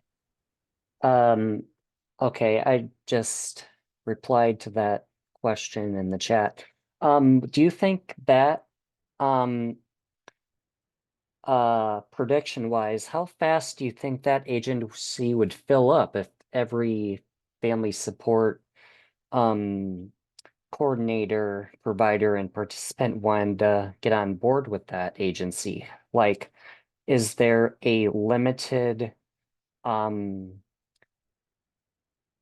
trajectory where is it okay, somebody just answered me, there's no limit, so it's not like a first come first serve where there's no percentage ratio where there's some people are going to be eliminated or cut off. That's correct. Thanks, Carrie. Yeah, thanks for answering that, Carrie. Thanks, Josh.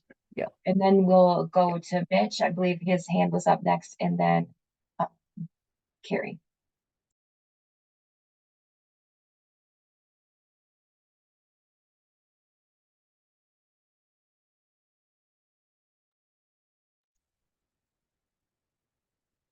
Did I lose Mitch? I'm not seeing Mitch anymore. Anyone else? Okay. Carrie, please go ahead. Thank you again. So question, out of the 5 providers, is it safe to assume that we won't have an 11th hour Hail Mary that happens where all of a sudden, hey, guess what? Maybe we have 1 come back, 2, or all 5 of them, as these deadlines or the end of the year approach? Is this pretty much signed, sealed, and delivered, or is there hope or possibility there? That's a great question, Carrie. So I would certainly let the CSPs step in and answer that as well.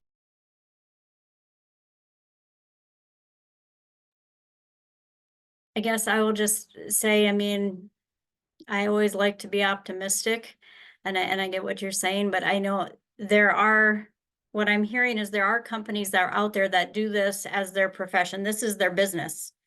It's not a side hustle for them. This is their business. They have all their ducks in a row. They don't fall under these regulations because they don't offer retirement programs and things. So I'm very hopeful that there's a great professional agency with choice company out there, or 2 or 3 maybe, that will really fill the gap and do it better justice than what I'm probably doing. Would you say that's a no, Kristen? Yeah, let's just say no. Cool, thank you. Rhonda or Pam, do you want to say anything as well? Aaron. So this is Pam. I am hopeful as well that there are other agencies out here, as Kristen said, they do this every day. That's their operation. That's what they do. That we're gonna find them. And so, Harry, it's a no for Life Quest. Thank you. This is Rhonda, and really the same as what Kristen and Pam said. It would be a no for Dakota Milestones as well. Thank you, Rhonda. Thank you all. Just looking at some additional comments, Woody shares that they are convinced that they do not want to create something, and they appreciate the transparency. So thank you for that comment. Darla was responding to a question that I had asked earlier. Krista says thank you to the agency with choice providers for the work that's been done, understanding that this must have been a difficult decision, and there's a lot of work that went into making this decision. And so Krista is just acknowledging that, and it's thanking the group, and also for the continued support during the transition period. Josh, I believe we addressed your comment, but if we missed something or you want to come back to it, please let us know. And then Woody also shares just a thank you to everyone as we kind of navigate through this transition time. And then Carrie also acknowledges a thank you for hosting the town hall. Bridget, I see your hand is up.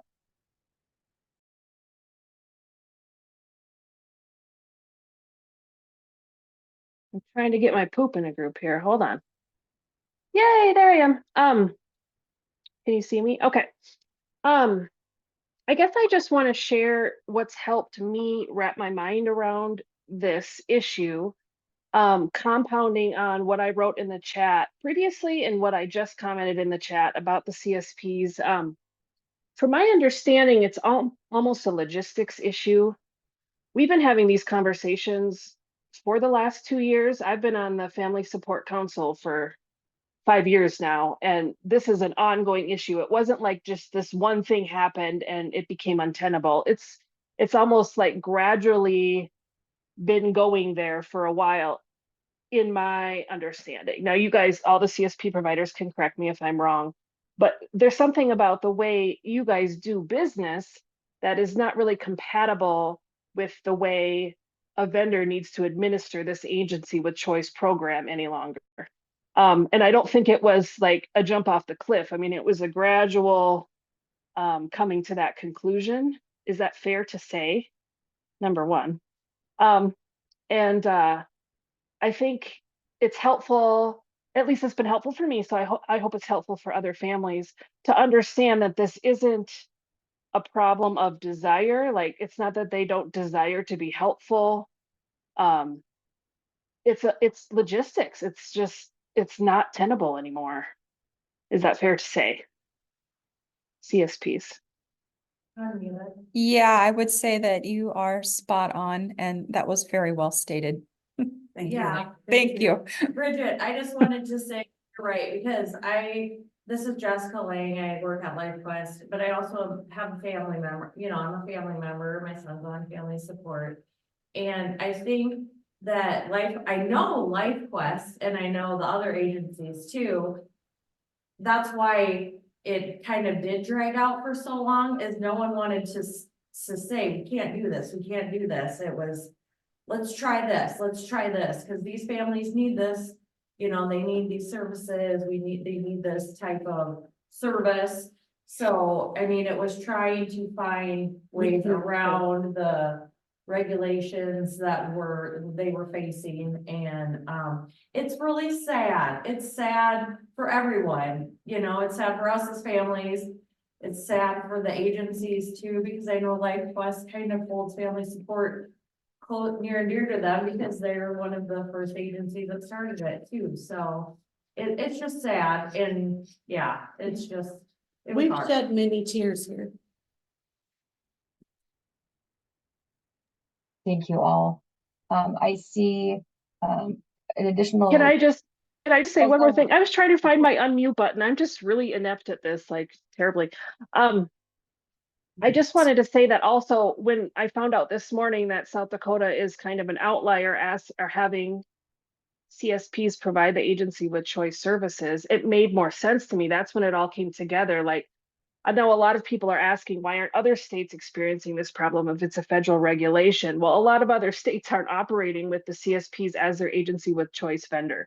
And so if we are able, like Kristen had stated, and like the other people from the CSPs have stated, to find a vendor where this is what they do, it will actually be better in the long run, hopefully.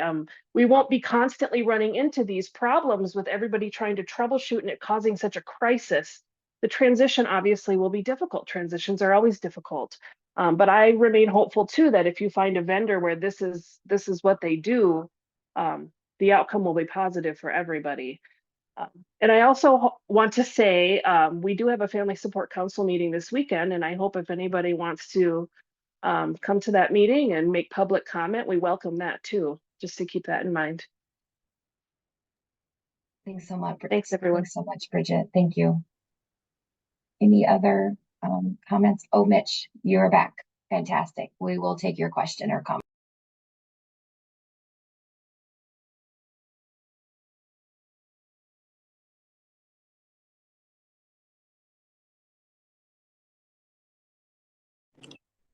Okay, can you hear me?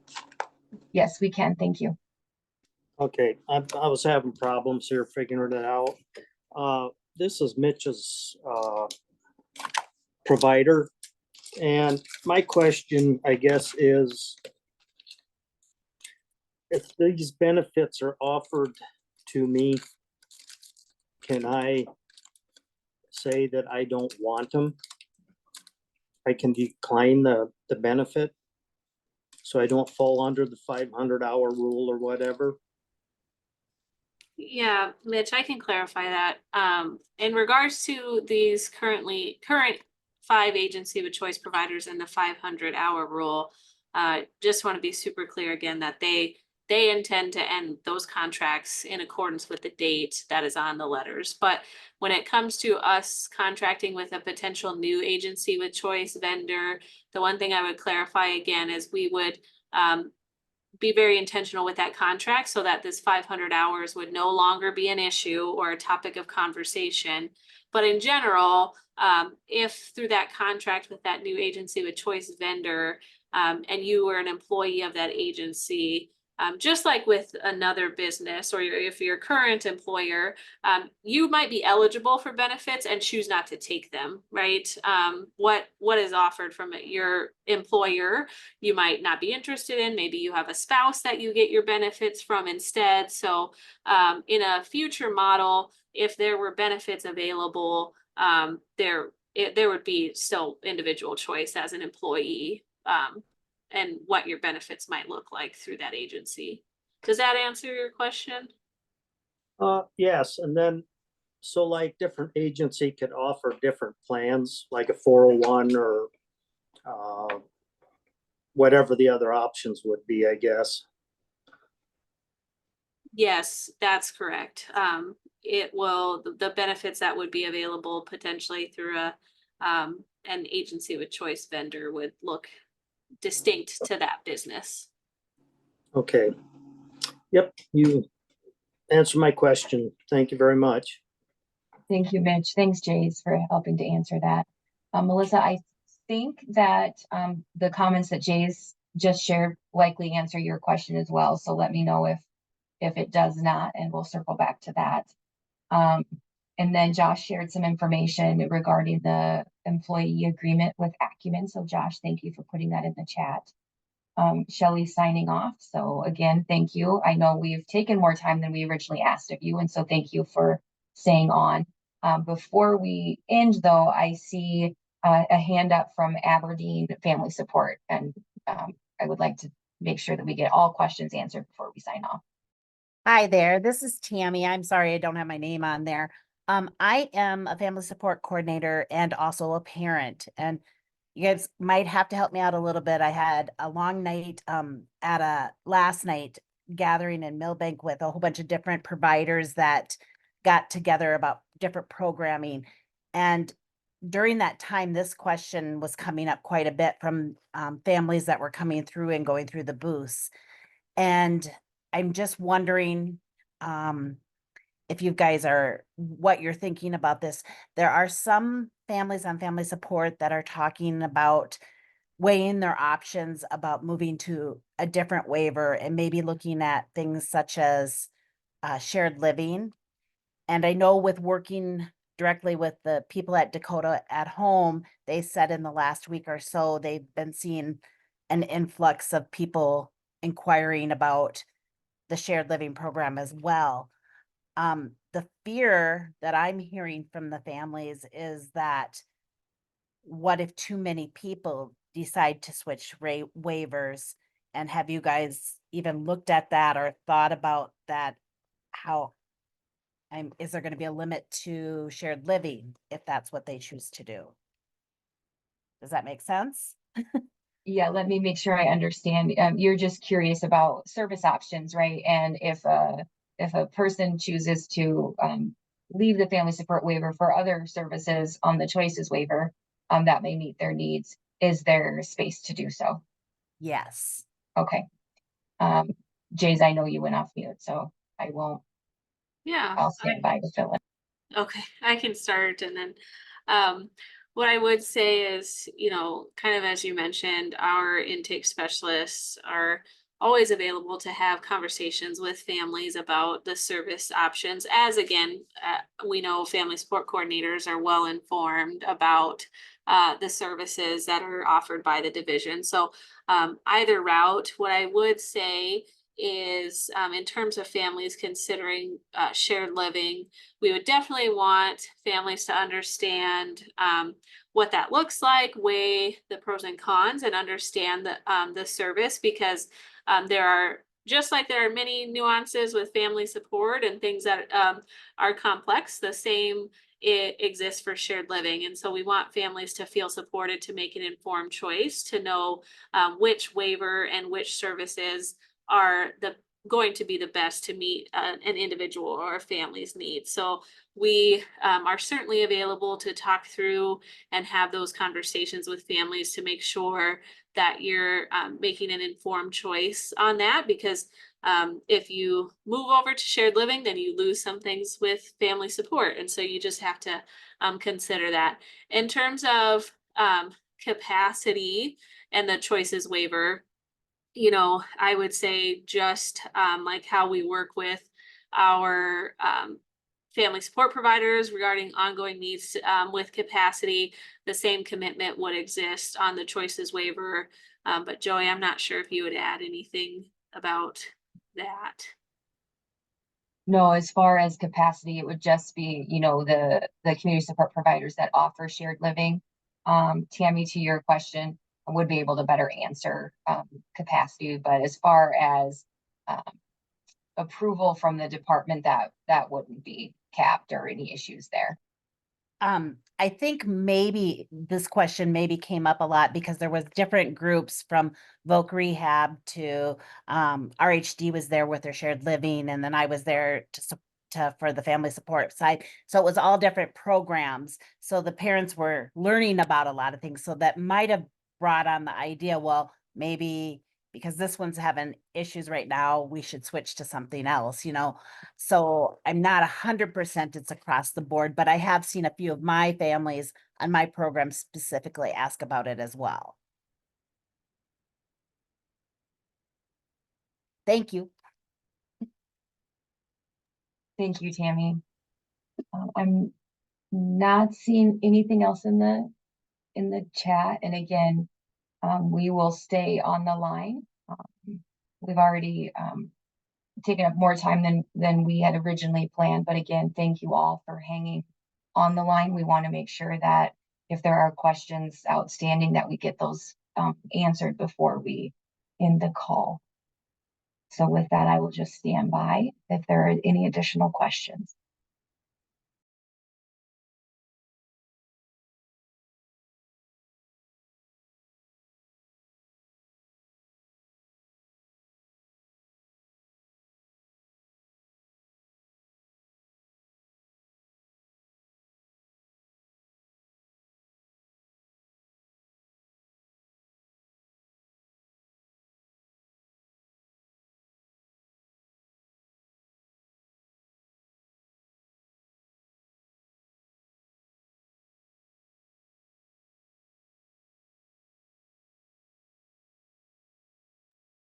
All right, I'm not hearing any. So again, thank you for spending a few bits of your evening with us.